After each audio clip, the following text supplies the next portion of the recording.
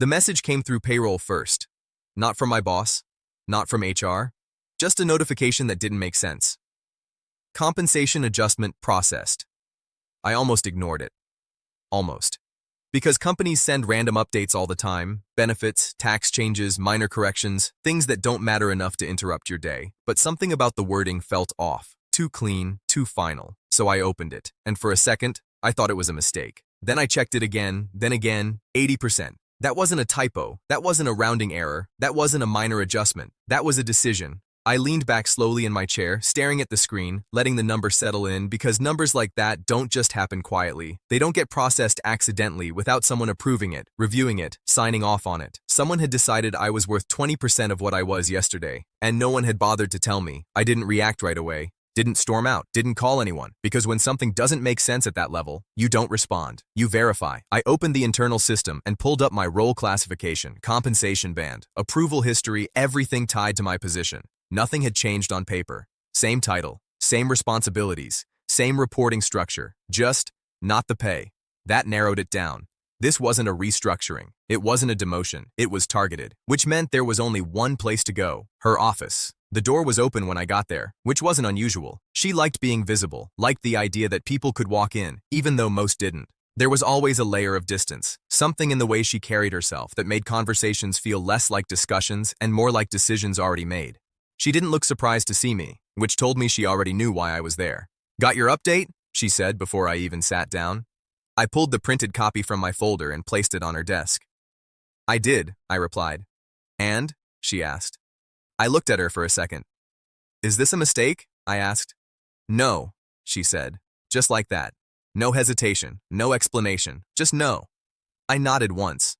"Then I need the reasoning," I said. She leaned back slightly in her chair, folding her arms like she had been waiting for this part. "We've been reviewing departmental efficiency," she said, "and your role doesn't justify its current cost." I let that sit for a second, not because I didn't understand it, but because I did, and it didn't match reality. "Define doesn't justify," I said. Her expression tightened slightly. "Your output isn't aligned with your compensation," she said. "You delegate most of your work." I almost smiled. Almost. Because that wasn't wrong. It was just incomplete. "I manage the system," I said. "You oversee people who do the work," she corrected. "That's part of it," I replied. "And for that, you were being overpaid," she said. There it was. The conclusion she had already reached before this conversation started. I leaned forward slightly. "Do you know what I actually do?" I asked. She didn't hesitate. "You coordinate," she said. That told me everything. Not just about the decision, but about her understanding of the operation. "Is this temporary?" I asked. "No," she said. "This is the new structure." I nodded once, because now the situation was clear. Not fair, not accurate, but clear. "You should be grateful we didn't eliminate the role entirely," she added. That almost made me laugh, but I didn't, because this wasn't about emotion. It was about information, and I had enough now. "Understood," I said, standing up. She looked slightly surprised. "That's it?" she asked. "For now," I replied. I walked out without saying anything else, closing the door behind me quietly, because there was no point continuing a conversation where the outcome had already been decided. But as I walked back to my desk, something else became very clear. She thought I was optional, replaceable, overpaid, and more importantly, she thought the system I managed ran itself. That was the mistake. Because what she saw as coordination was actually control. Not over people, over processes, access, approvals, dependencies. Everything that kept the operation running smoothly without anyone noticing it needed to be managed in the first place. And if I was now being paid for 20% of my value, then that's exactly what she was going to get. Not less, not more. Exactly what she paid for. Nothing beyond it. No silent fixes, no proactive adjustments. No stepping in when something broke before anyone noticed. Just what matched the number she decided I was worth. I sat down at my desk, opened the system, and looked at everything the same way I had 100 times before. But this time, differently. Because now I wasn't managing it. I was measuring it. And once you start measuring something like that, you realize very quickly how much of it depends on what no one sees. I closed the dashboard, checked the time, and leaned back. Because the real impact of a decision like hers doesn't show up immediately. It builds, quietly, systematically, until the moment it can't be ignored anymore. And when that moment came, there wouldn't be anything left to coordinate. I didn't change anything right away. That's the part most people get wrong about malicious compliance. They think it's about doing less, slacking off, making it obvious. But that never works in a system like this. If you make it obvious, they react early. They adjust, they blame something else. No. If you do it right, nothing looks different at first. So I showed up the next day exactly the same as always. Same time, same routine, same calm pace. I greeted people, checked messages, opened the system dashboard, and started working. But this time, I followed one rule. Only what I was paid for. Nothing extra, nothing invisible, nothing that wasn't explicitly part of my coordinating role. The first change was small. A request came in from another team, something routine, something I would normally handle in a few minutes without anyone noticing. It required a quick adjustment in the system, a minor override to keep a process moving. I looked at it, then closed it. Because that wasn't coordination, that was intervention, and apparently, I didn't do that. An hour later, the request came back. Marked urgent this time. Still not my responsibility, still not something I was valued for. So I forwarded it to the person technically responsible for that function and added a short note. Please handle as per role responsibilities. No extra explanation, no context, just accuracy. By midday, the first delay showed up. Nothing major, just a slight backlog in one of the workflows, a process taking longer than usual because the small adjustment I would have made earlier hadn't been made. People noticed, but they didn't connect it. Not yet. Because delays happen. Systems slow down sometimes. That's normal, until it isn't. The second change came later that afternoon. A scheduled task flagged an inconsistency, something subtle, a mismatch between two systems that needed to be corrected before it spread further. I saw it immediately. I always did. Before, I would have fixed it in seconds. This time, I documented it, logged it, assigned it to the appropriate team, and moved on. Because fixing it, that wasn't coordination, that was expertise. And expertise, apparently, wasn't worth paying for. By the end of the day, 3 separate issues had started building. Nothing critical, nothing breaking, just small cracks. Individually harmless. Together, dangerous. The next morning, the email started. First casual. Hey, have you noticed this delay? Then slightly more urgent. Is something wrong with the system? Then direct. Can you take a look at this? I responded to all of them the same way. Please follow standard process and contact the responsible team. Polite, accurate, useless. Exactly what I had been told my role was.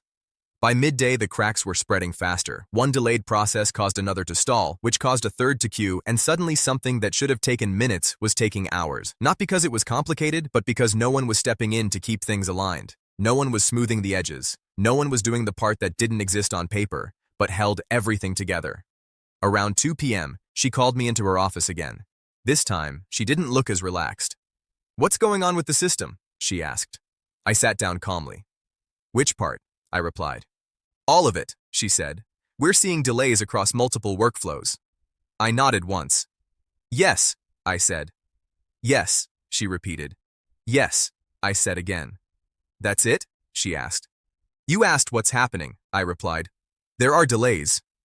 Her expression tightened. Why? She asked. I leaned back slightly. Teams are following their assigned responsibilities, I said. That's not an answer, she snapped. It is, I replied. Processes are being handled by the roles assigned to them. She stared at me for a second, because now she was starting to feel it. Not the problem itself, the gap, the part she didn't understand before. Fix it, she said. I shook my head once. That's outside my role, I replied. Silence. Sharp this time. What do you mean? She asked. I coordinate, I said. I don't intervene. That landed. Hard. Because now she was hearing her own words, reflected back. You've always handled these issues, she said. Previously, yes, I replied. And now, she asked. Now I'm aligned with my defined responsibilities, I said. She leaned forward. This is affecting operations, she said. I understand, I replied. Then do something about it, she said. I am, I replied. I'm ensuring tasks are routed correctly. That wasn't what she wanted, not even close. Because now she was starting to see the difference between what she thought I did and what actually kept things running. This isn't working, she said. I nodded. It's working as designed, I replied. That was the moment everything shifted.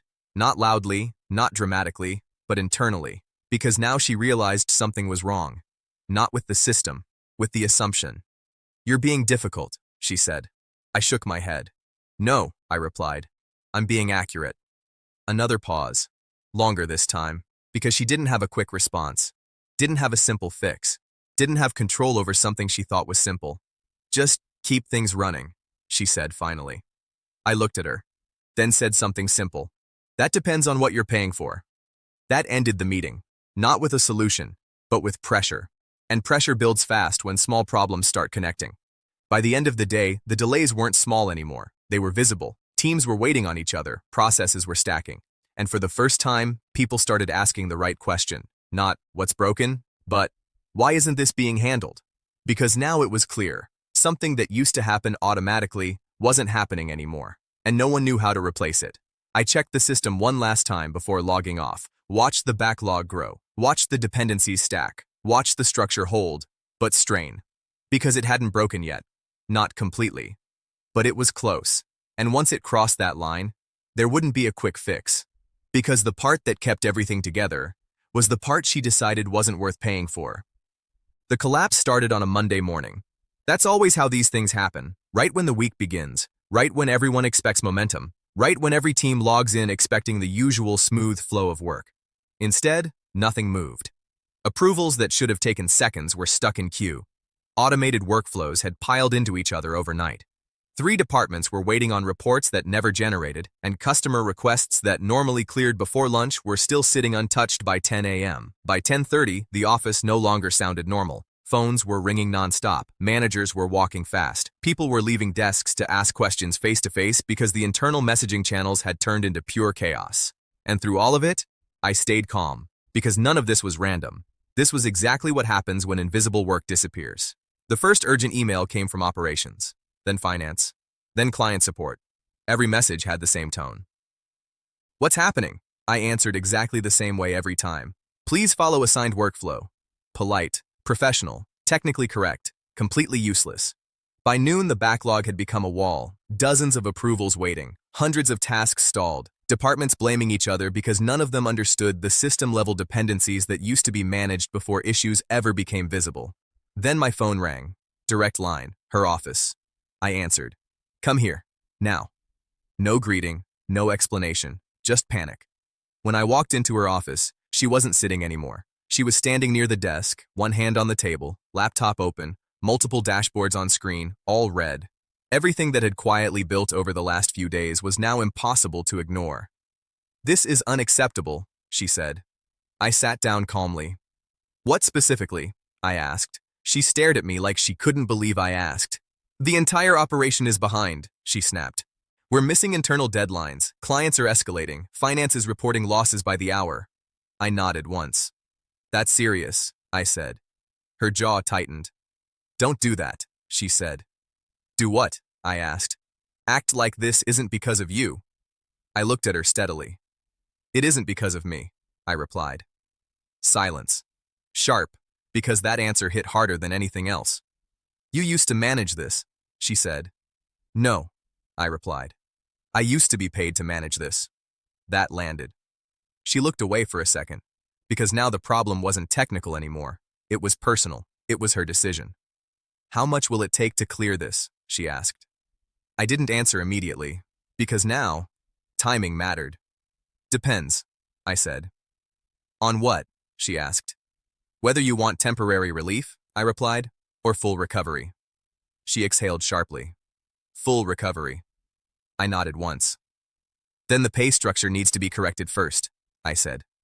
There it was. Simple, direct, no emotion, just business. Her expression hardened. So this is leverage. I shook my head. No, I replied. This is value. That was the moment it finally clicked for her. Not the backlog, not the delays, the truth. She hadn't been paying for tasks. She had been paying for stability, for foresight, for the invisible control layer that kept the whole place functioning without anyone ever seeing how much depended on it. And once she cut that by 80%, she got exactly what she paid for. 20% performance, 20% oversight, 20% stability. By 2 p.m., HR called me in. Different room, different tone, much calmer. The director was already there, along with someone from finance. They weren't here to argue, they were here to solve it. "We'd like to discuss compensation correction," the HR director said. Of course they did. I let them speak.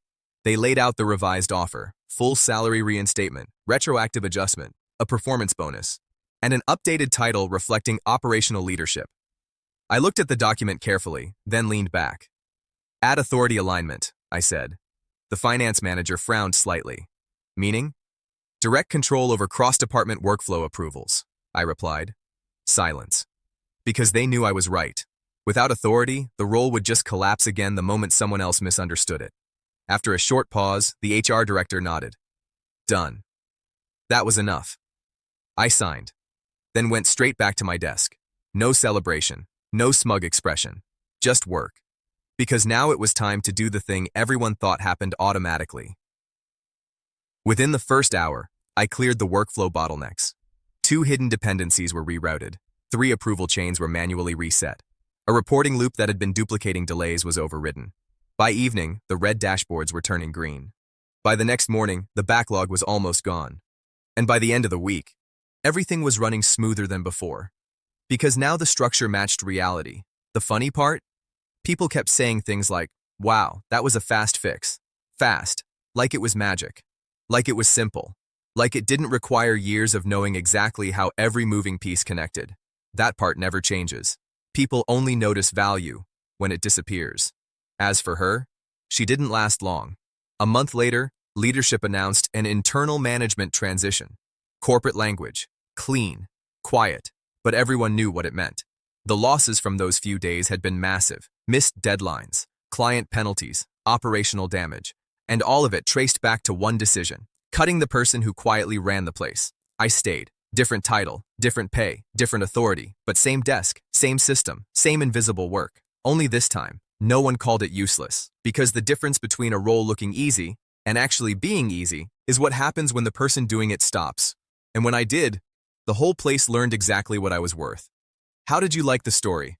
Please like, share, and subscribe my YouTube channel for more interesting HOA stories.